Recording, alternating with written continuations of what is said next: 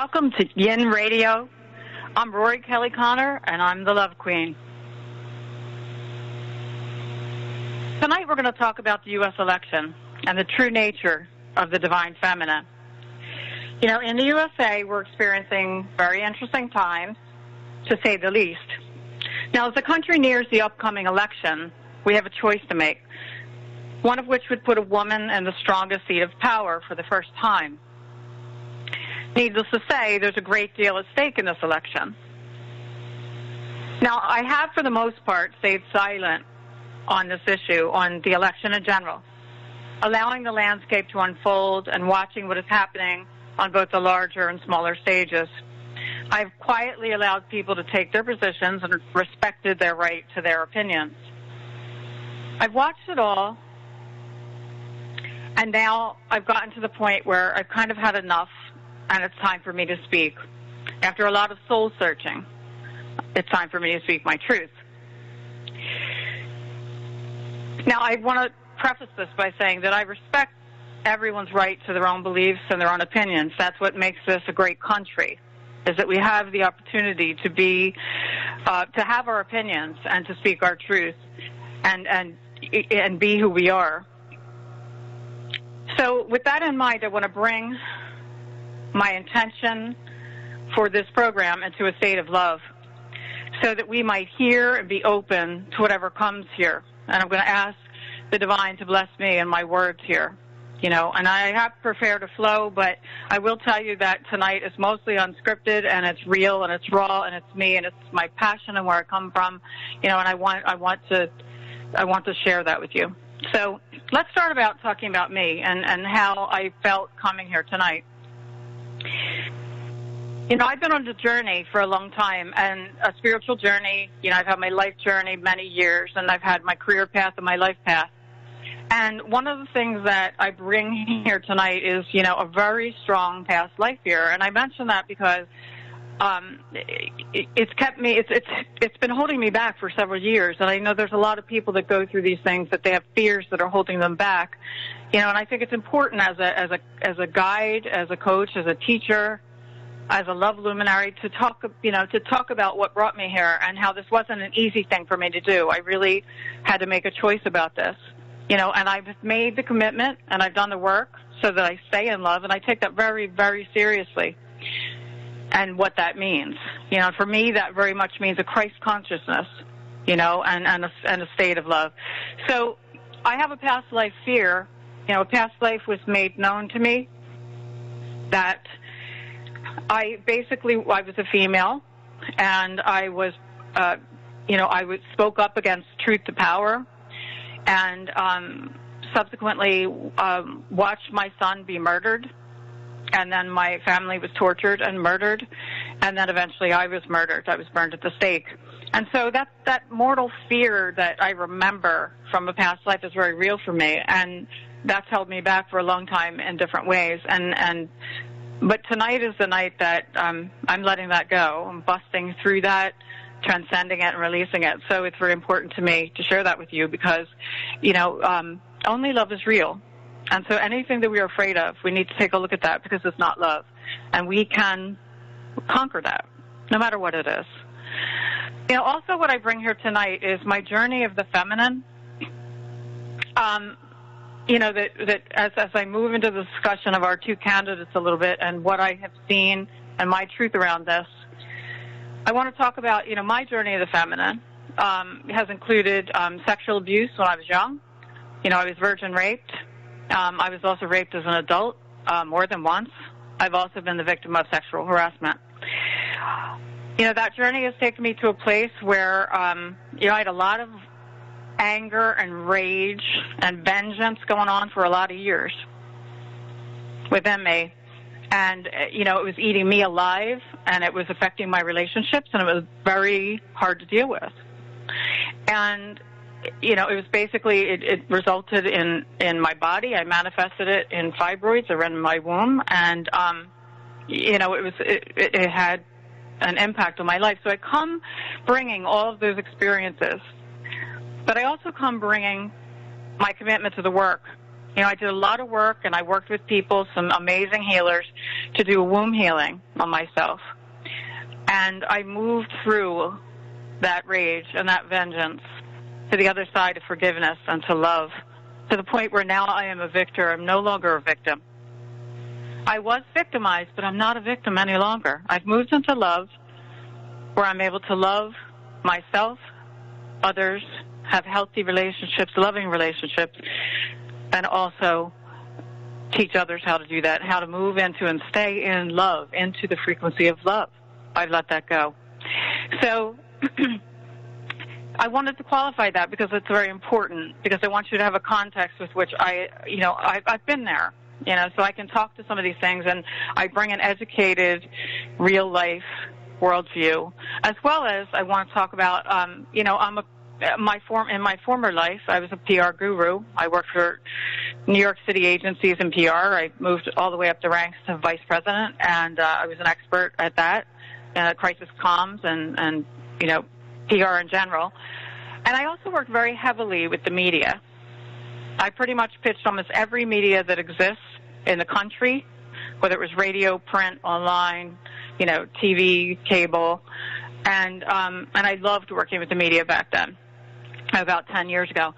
And I bring, all that I've done and learned as a coach and a career coach, a life coach, and a spiritual coach in this journey, and I've done a lot of work. So I bring all of that to the table as I discuss this tonight. Now, I want to give you a little hint at something that's going to come later on in the program that was very, very provocative. Recently, I don't do tarot reading as a rule, but recently I did do. I was compelled to go and use a deck, a Nostradamus tarot deck that I had purchased years ago. That when I first bought it, my soul was swirling wildly, and I was all excited reading it. And I could feel this was a very powerful tool. But years went by, and I never touched it. But recently, I was very concerned about the election and what I was seeing. And I was compelled to go and use it for the first time, and I went and asked about the election. So I want to tell you what came out of that reading, which is very provocative. And I wasn't sure I was going to share it, but I am going to share it. So I want you to stay with me so that you can hear that at the end, because it's very provocative. So let's talk about, let's first, to set the stage, let's talk about the true divine feminine, because we're looking at having a feminine person, a female, potentially in the most powerful seat in the world. And so I want to talk about, there's a lot of discussion out there about the divine feminine, and moving the feminine into power and taking back the power from the patriarchy.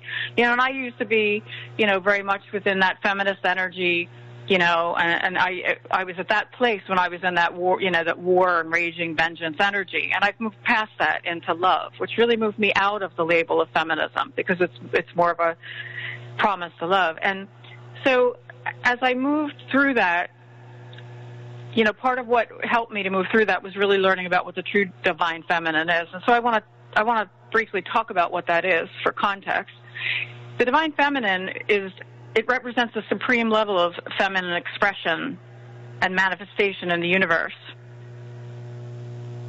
It's an energy.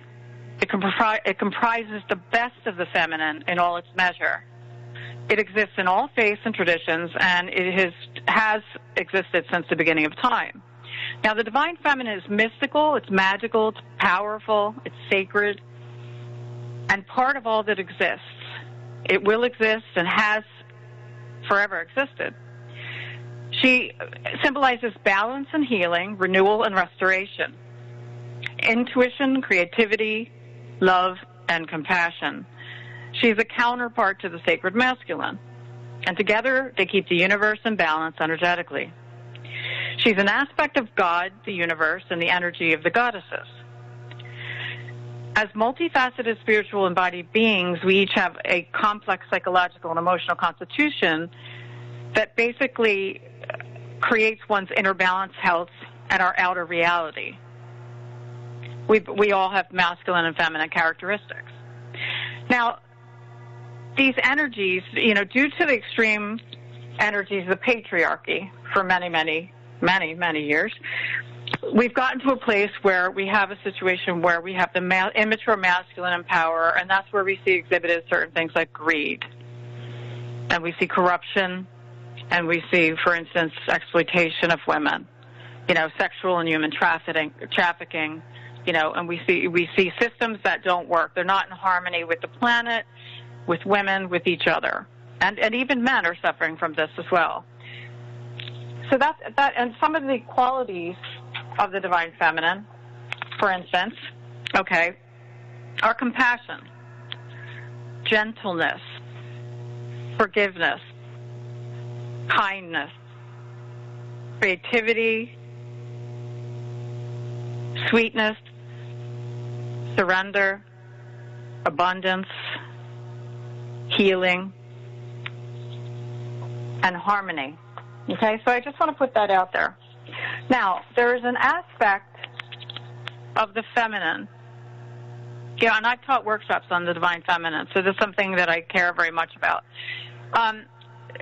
One of the things talked about in Sarah Beek's book, Red Hot and Holy, Heretic's Love Story, which, by the way, if you have not read it, and especially if you're a female, please do read it. It's a fantastically well-written book, and it's so well footnoted, that it's impressive.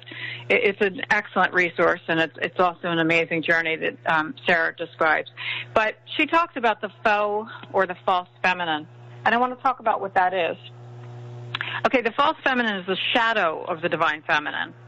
It thinks men are little boys who need to be entertained or reprimanded. They're lust-crazed teenagers who need to be teased, authority figures who need to be seduced or reduced, or evil enemies that need to be punished, or feral animals that need to be tamed and carefully controlled.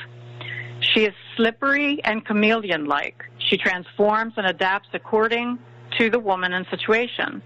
Her main attribute is misusing the feminine to attain power and wealth. She has no life force of her own, so she survives and gets her needs met by using other people and then allowing them to do the same to her. She needs constant attention physically and energetically. She has found manipulative ways to get her needs met, including acting spiritual at times. And the false feminine can feel powerful and feminine, but it's like an addiction. It's a shadow side of the feminine. It's tricky. It's very tricky to identify. What is false for one person may be true for another woman. So, I want to set the context for that because it can be very, very sneaky and brilliant. It's very brilliant at survival, something that it has had to hone over the years for obvious reasons. It had to find a way to succeed in the patriarchy. And yet, now as we rise into power, and women have so much power at their hands, it's time for them to use that power, and they no longer need to move in the energy of the false feminine, which is basically the patriarchy in disguise. It may look like feminine, it may have a vagina, but basically it's operating on the same exact method as the patriarchy, in the shadow side, in the corrupt side, in the dark side. Okay? But I want to put that out there so that you understand the difference in those two things. So let's talk about this election and the media. And as I said, I love the media. I used to love it, love working with them, love placing stories. And I loved that they were committed to truth, and that there was something called, ethics in journalism. I found that freedom of the press was so important to a free society, to a society that was given information with which to make good choices. And a free press was one of the things that we felt was so important, when this country was founded, as opposed to other places where they don't have free press, where all of the media and all of the news is controlled by the people in power, by the government, whether that government is led by a religious faction or whether it's just for instance, a communist regime. What made us different was we were founded on the principles of that freedom. And that makes a very, very big difference. But what we've seen is, as I've watched this election unfold, I've been appalled. And I've done the work to check what is true and what is not true. And because I'm a PR guru, I'm an expert at spin. Expert. I can spin anything. And I can also unspin anything. And I study these things because it's important to know exactly why strategically people, companies, governments choose to put things out the way they do. There's always PR behind these things. If there's an agenda, there's PR and there's spin. And even the slightest nuance that then gets nuanced, we end up somewhere down the road and nobody's telling the truth anymore. So I'm appalled. I am absolutely appalled at what I've seen in the media. I've watched the lies, and it's been ridiculous. Now, I want to talk about, we have two candidates running. I want to talk about first, the Donald, okay? And, he's a little bit of a mess, and he gets angry and he says some different things. But I got to tell you, I've watched the way the media has covered the man, mainly the liberal media, and I have never seen so many lies in my life. Absolute lies. Stories are coming out where the headlines are absolute lies. The articles don't even include anything to do with the headline in them. I mean, this is rampant with what we thought were respected media. They have nuanced and lied about almost everything that he's done. They've called him a Nazi, which calling someone a Nazi is a hate crime. It's a hate crime, and there's absolutely no proof for that. And there's absolutely no excuse for that. And if we settle for that, then that means that it's okay if they do it to us. Absolutely unacceptable. All right, regarding sexual assault, it's been ridiculous what's come out. It's been the tape that came out recently was not an admission of sexual assault, but the media made that out to be. Anyone who has been in Hollywood, the man was an entertainer. He was talking trash to a guy in entertainment. Anyone that knows the entertainment world or knows the sex-positive world or knows has been a groupie, there's a whole other world out there. And all of a sudden, the liberal media became this champion for some kind of, message that they wanted to put out there. But it isn't true. It isn't true. They called him a racist because he wants to close the borders and keep us safe. Well, that's his job if he's the president. That's his job. Every country has to have immigration and customs. It's ridiculous how they've made this something else. It's ridiculous. It's a lie. There's total disregard for the truth. Now, whether or not you like him or not, when he's flown off, he gets a little emotional sometimes when people pick at him a certain way. But you know what? I've got to tell you, I would have lost my mind if someone was covering me the way that they've covered him with the lies from the very beginning and the things that they've said and the absolute disregard for the truth. It's total, blatant, agenda-fied corruption on behalf of the media. People at this point, basically, in general, don't even believe them anymore, but they're willing to let all of this untruth be out there about someone because a lot of people just think that's okay because they don't like him. But that's not okay. That's not a standard that's okay for us to have. It's a very dangerous standard for us to have. And I'm passionate about this because the truth sets us free. And when we allow powers that be to manipulate the truth, we are basically screwing ourselves over, and this is dangerous ground for all of us. It's deadly. And, I have to make a comment. There's a lot of discussion about whether he's fit to be president or not, but I got to tell you, the fact that the man has not lost his mind at this point with the absolute lies and crap that have been out there about him, which isn't, come on. If it was us, put yourself in our shoes. If people are putting lies out there, and all these women that are coming up at the end that didn't come out to the very end, it seems honestly, where did this come from all of a sudden? There's a lot of us are really questioning when we're seeing the lies everywhere else, the veracity of any of that. Okay, file a complaint. Go to court, take it to court. If it's true, take it to court.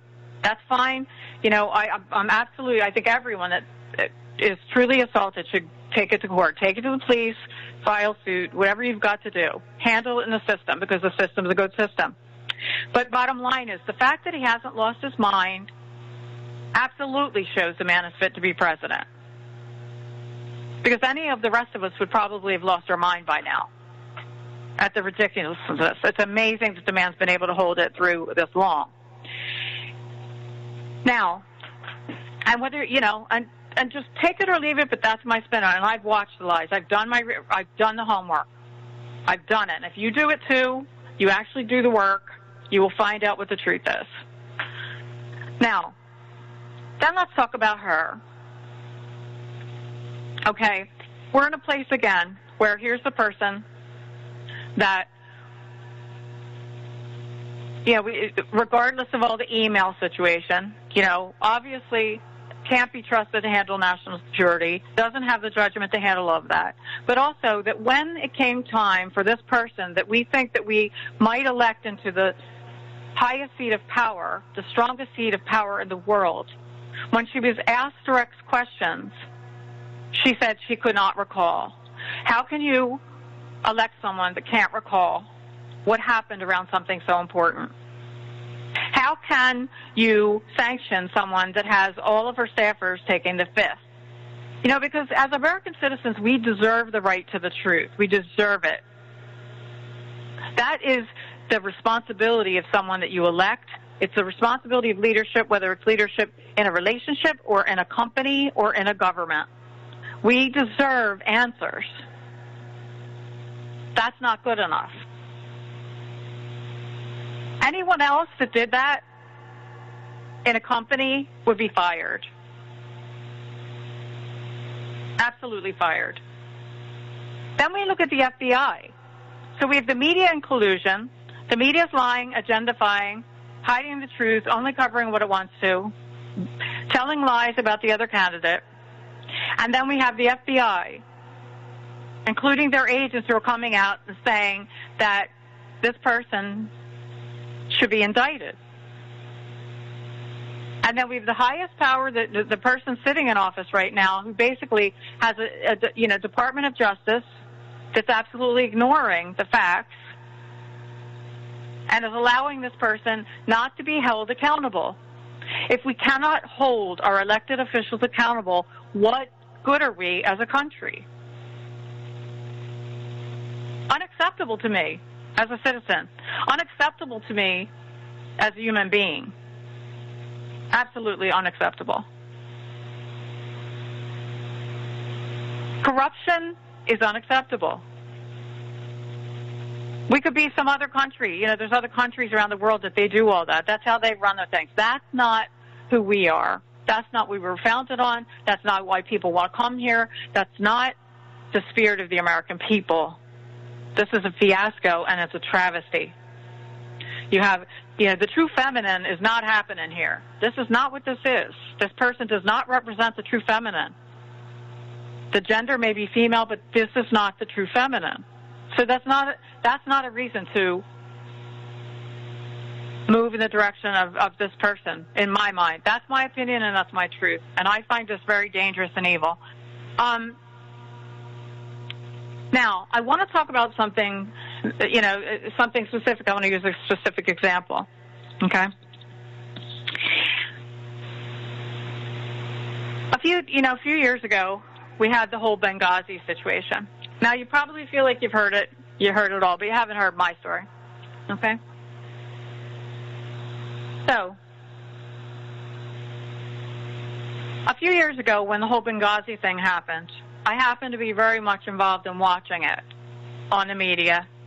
I was, because again, it was a serious situation.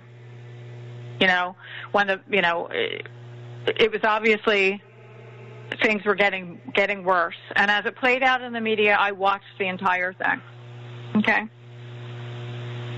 And the whole time I could not understand why a country that had the resources and the expertise available to find and take out bin Laden could not keep our ambassador safe, could not get people in there. We are the greatest country in the world with the greatest military expertise in the world. And whether or not you like the media, that's what it's there for. It's there to protect us. That's the government's job, is to protect us. This person was a person that was serving us. He was there on behalf of us. And he was left there to die. Those people died, and they could have been saved, and nothing was done. Okay, well, you know, my son likes to travel. He likes to travel, and he likes to do different things. What if that was my son? What if that was my son they left to die? 600 requests to get out of there for help or for more security. 600. Remember that movie, A Few Good Men, you know, where they're talking about, you know, you can't handle the truth, you know? And they talk about the young man that ended up, you know, having a code red, and he ended up dead, and how many requests that he sent to be transferred off the base. And you watch that movie, and you know it's an absolute travesty that this young man ends up dead, you know, that he ends up dead through a code red, and this, you know, and the abuse of power. It's the same thing. This is the same thing. But I watched this whole thing, okay? I watched it on social media. I watched it on Twitter specifically. And I watched what was going on. I watched when the current president and the successor he has chosen to support, I watched while they went and told everyone that it was because of a video, an anti-Muslim video that somebody in California made, some guy in California. That's why everybody was all up in arms and rioting over there.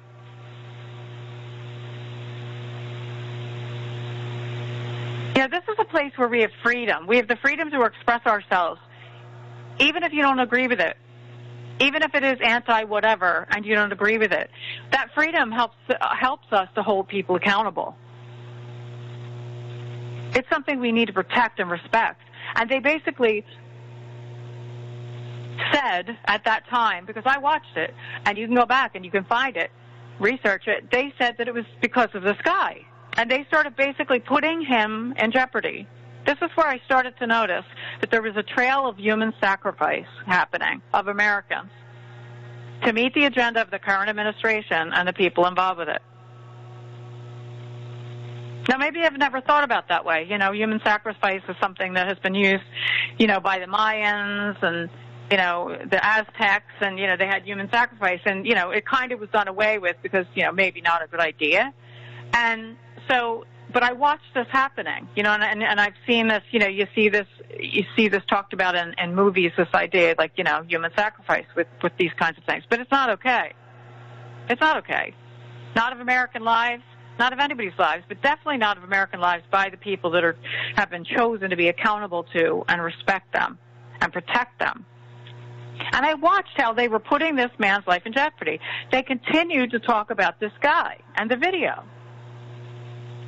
And then I watched, you know, there I am on Twitter one day watching this whole thing unfold. I'm there on Twitter looking through my feed, and I happened to notice that a spiritual leader who's supposed to be a voice of higher consciousness, someone that has basically arrogantly decided, you know, in his arrogance has become basically, you know, a pawn for the current president, you know, a prolific writer of spiritual works, was basically.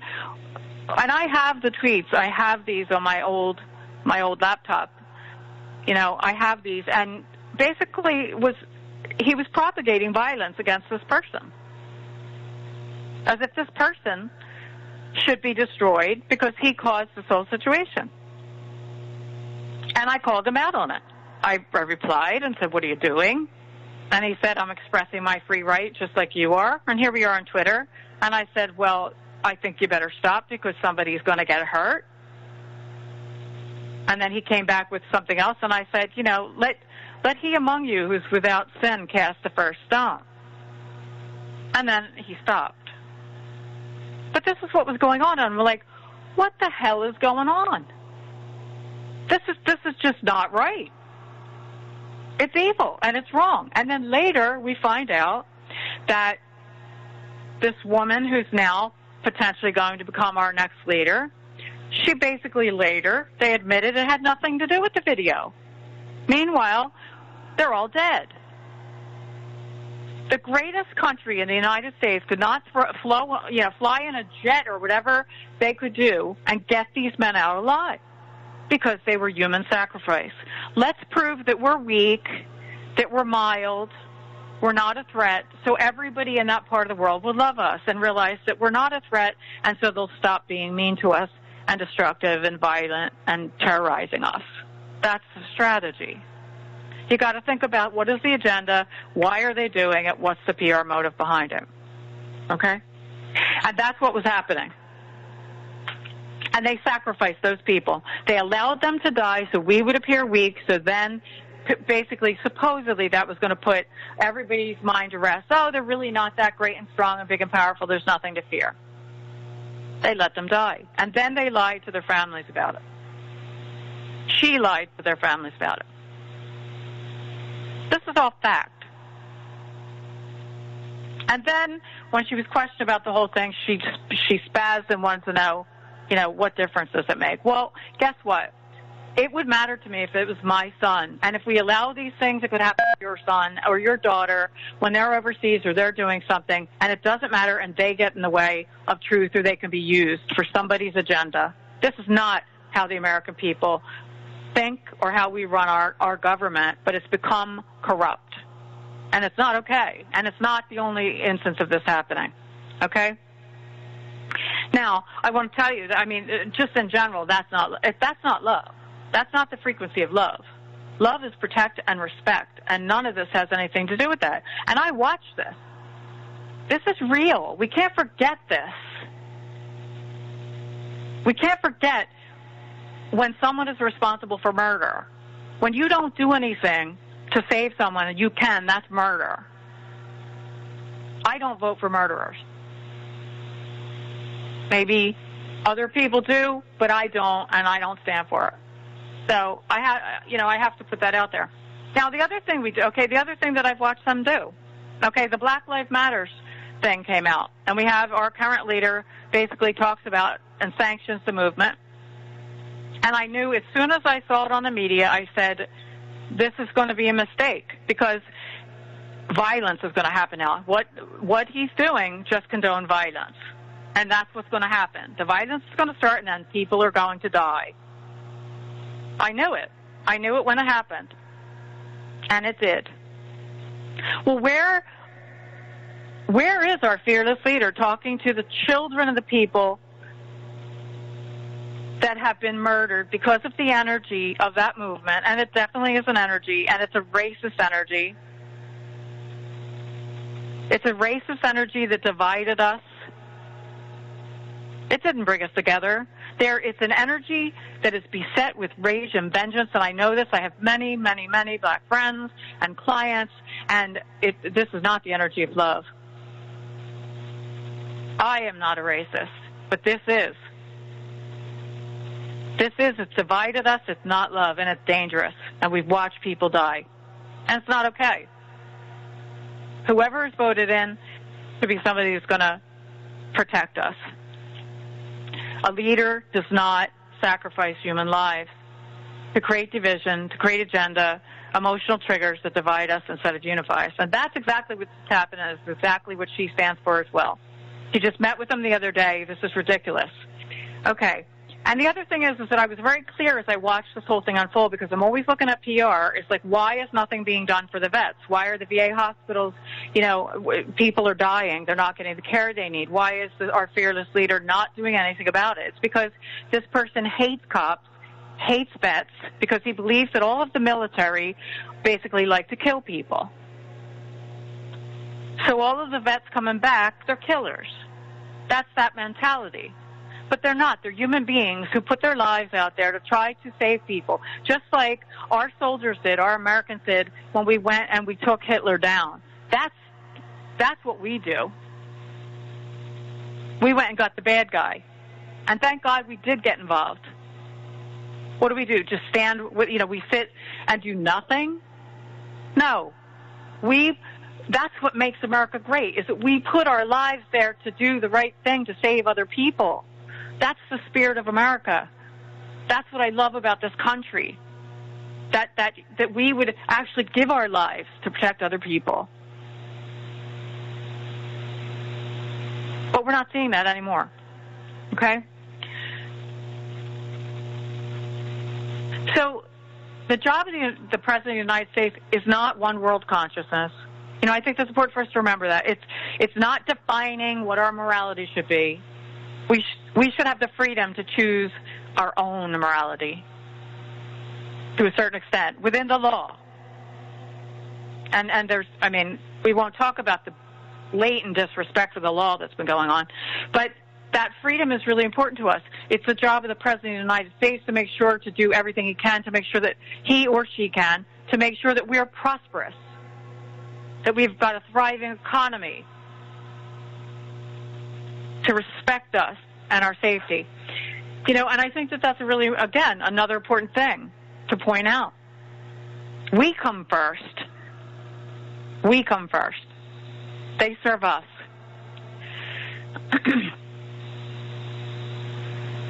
Now,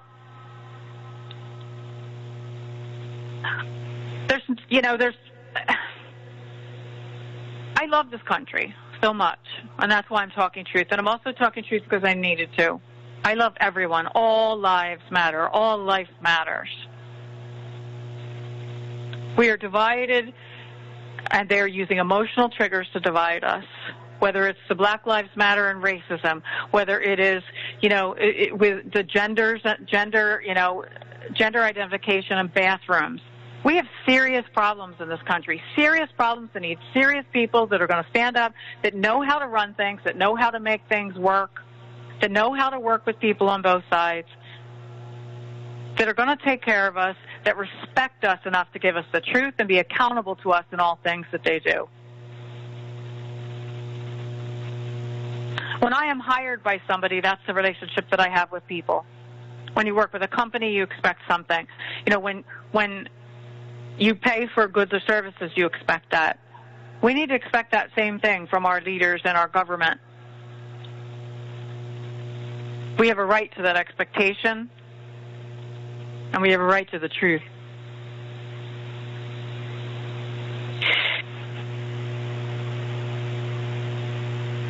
Now, the only thing that I will say one thing. There's a lot of talk about, Islam, okay? And we've seen that there seems to be a lot of bashing in certain ways about Christianity. But the one thing I will say about Islam is that there are many, many good men and women within the Muslim religion. Many, many, many good ones. But I will say one thing, that there is a contradiction, an extreme contradiction, a hypocrisy in saying that you stand for women's human rights and then going and embracing a religion that clearly does not, in this current day reality and in the practice of Sharia law, stand for those women human rights, that basically, for instance, punishes a woman who reports a rape. I'm sorry, that doesn't work for me. It's a twisted con job. We should be standing up to the travesty of that lack of human rights within that framework to create the change, not embracing it and trying to be weak and prove a point with American lives. There's a way to reconcile this and to have a respect, but also to raise the standard of human rights for women around the world. And that is good for all of us. And I stand for that. I fought for that for years. I'm not anti-woman. I am very much, but I also realize that my stance as I've moved into love is that I'm pro-men and women working together to create a new kingdom, a new world where we live together and we work together, we create together in harmony. Not a place where we're bashing the masculine, but a place where we're actually moving into the mature feminine, the mature masculine, to create solutions that work for everyone, where we can have the freedom to have our ideas and our faith and our beliefs in a way that follows the law and protects human rights. So now what I'd like to do is I'd like to quickly tell you about this reading that I did with the Nostradamus tarot deck. Nostradamus was a French apothecary, a reputed seer who published a lot of collections of prophecies. They've become widely famous. There's a lot of shows on this, and I'm not an expert at this, and I'm not an expert at tarot. I don't.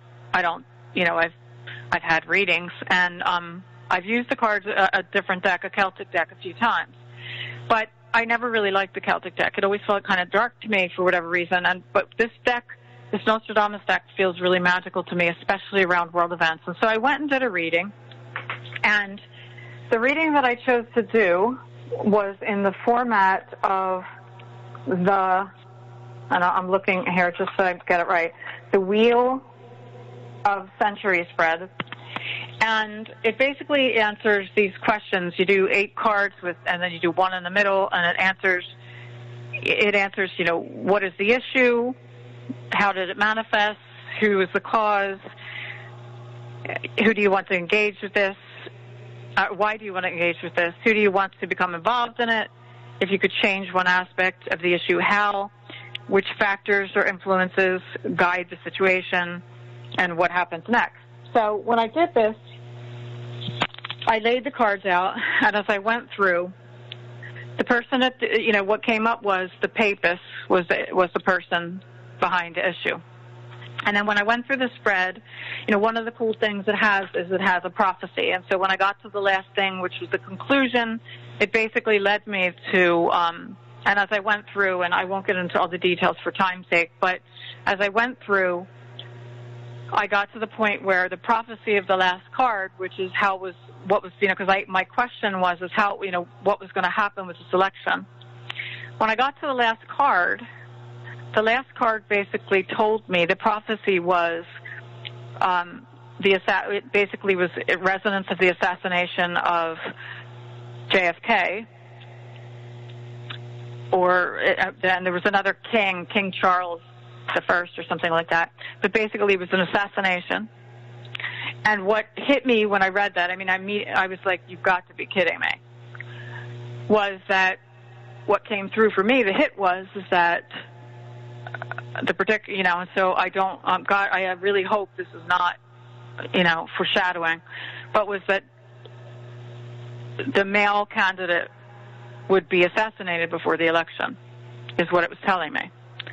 And then and basically that was confirmed as I flipped over the middle card, and it was the emperor. It was the male, not the empress or a female card. So that's what it showed, which, needless to say, freaked me the hell out and concerned me, But that's what it seemed to be, and, I can't swear that I got it right, but that's what came through. And I think that there's a lot of evidence out there to point to that that and a lot of people are talking about that there's a lot of death around the female candidate, a lot of death. And if you do the research and you look, it's actually verifiable that these people have just one too many people has died with a bullet to the head, and it's been declared a suicide around this person. One too many, and there was one recently. And I trust my gut. I have this gift where I can tell truth from lie, and I am telling you that my gut is that this person is not who we want in office, that this person is extremely dangerous, and that the focus is very much on corruption, wealth, and power. And pretty much do anything and use anything, especially every emotional trigger that there is, to basically get what she wants. That's not somebody that I want in office. That's not somebody that I trust to take care of my son, or, right now I have I have people that I care about that are in the military, and, I don't want to see anything happen to these people. I don't want to see anything happen to anyone's son or daughter. I want to know that that person in office is going to protect my son or daughter. And that is a quality of the divine feminine, that nurturing mother that wants to make sure that our sons and daughters are safe.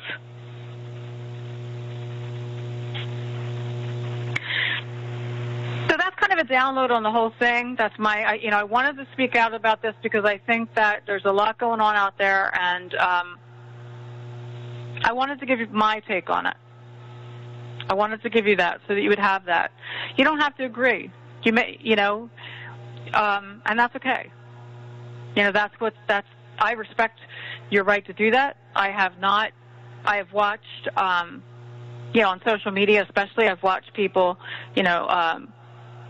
get very mean and sarcastic, hurtful, destructive, divisive. I have not participated in that. I've stayed in love. I've risen above it. But there is a time when you have to say something is important enough to speak out about. You know what? And so take it and do with it what you will. And if it helps you make a decision, I'm happy. If you didn't like what I had to say, that's okay too. I respect your right and your freedom to vote as you wish. I hope that you will, if nothing else, I hope you will vote with your conscience. And especially vote with your heart. And know that while the Donald may seem like he's irrational, he was an entertainer for a long time. And so he talked a lot of trash. He did a lot of stupid stuff entertainers do, and they all do it. He's in a position now where at least the one thing he's very good at running a company. He makes good decisions. He's built something good. And I truly believe that he will be change. And he doesn't have murder and blood on his hands of Americans. He does not. And while you may be afraid of what he might do, he doesn't have that. And I can guarantee you that if a person gets away with blood on their hands, it's not going to stop them from doing it in the future. And when you're in that seat of power, you've got a lot of power. And I've got to trust that. So, that said, what I would like to do now in the spirit of the divine feminine, one of the most beautiful and amazing people that has the energy of the divine feminine and the energy of unconditional love and staying in love and has really truly been a symbol of rising above it, and her energy is the energy of rising above, the lies that others told and the nuances and the positioning that others have told. It's a love letter, a message from Mary Magdalene, the high priestess of Isis. It's by a woman named Sophie Bashford. And I want to kind of bring us to a close with this letter because I want to bring us back into the energy of the divine feminine as we kind of move towards a close here. Dear precious soul, Mary Magdalene is a sacred priestess who created deeply healing feminine spaces and modalities during her time on earth and continues to powerfully support the rise of the goddess through the spiritual dimensions. Beloved Mary Magdalene is speaking to you at this time. She wishes to send a strong beam of nourishing divine feminine light from her heart to yours. As I'm reading these words and you're hearing them, you must know that you have had past lives with Mary herself and working with her divine wisdom. You share a significant bond with this paragon of empowered female spirit and strength. Male or female, you know her, practice either with or around her, and knew her teachings deep in your bones. Many of her sacred practices and templates for healing are buried deep in your DNA bundles. She instilled within you a profound reverence for the feminine vibration as prime creatrix of life. She taught you how to lay your hands on bodies and personal energy fields so that light codes could flow through them, thus activating the inner spiritual potency of each and every individual that came to you. She demonstrated the importance of honoring and worshiping the female sexual life force and how this magnificent energy source is connected to every matrix, every grid, every vortex, every spiral of light and divine knowledge that could ever exist in the entire universe. She practiced the ancient sacred art of opening up the chakra wheels and vibrating them with the pure note of the infinite, allowing you to access many gold mines of cosmic, exalted, and holy feminine truths. You learned with her that you do not need to fear the awakening of your intense Kundalini energy, that this is the most profound gift of the Creator and will open you up to entire new worlds you allow it to rise, explode, and take you into volcanic explorations of the divine. Mary Magdalene says that many people fear the rising of the Kundalini so much that they would rather choose to get sick and leave their bodies than open up to the incredible power contained within it. Mary Magdalene wants you to allow her to imprint her sacred energies upon your aura once again. She wants you to know that she is speaking to you directly and that you are being stirred into remembering your ancient spiritual roles and lifetimes on this planet so that you can use the magic, mystery, and divine healing codes that have always remained buried deep within your soul. This wise, highly skilled priestess of the feminine arts encourages you to not be afraid of the sexual forces that flow through your body. You may be finding that they are increasing or changing at this time because this energy is actually being reattuned to a different frequency within you. You are coming into a time in your life during which you will use this energy with much sacred intention, divine wisdom, and understanding of its transformational powers. Mary Magdalene is working so powerfully around your body and aura right now that you will most likely find it difficult to ignore her messages.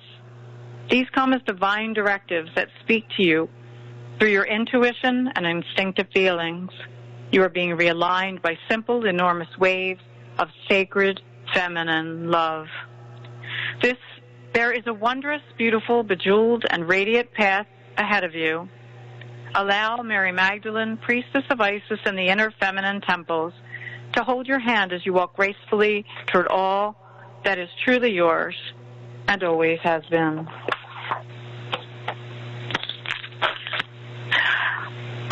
Again, I encourage you to vote with your heart, whatever that tells you. I encourage you to remember that only love is real and stay in love. Stay in love as we enter these last few days towards the election. And let's stay in love no matter what happens and trust that God is holding us in the palm of his hand and watching over us, and use the power of prayer no matter what happens on the other side of this election to create the change that we want to see in the world, to be that love that we want to see in the world. Thank you for joining me at Yin Radio tonight. In love, I approve this message. I'm Rory Kelly Connor, and I am the Love Queen. Good night.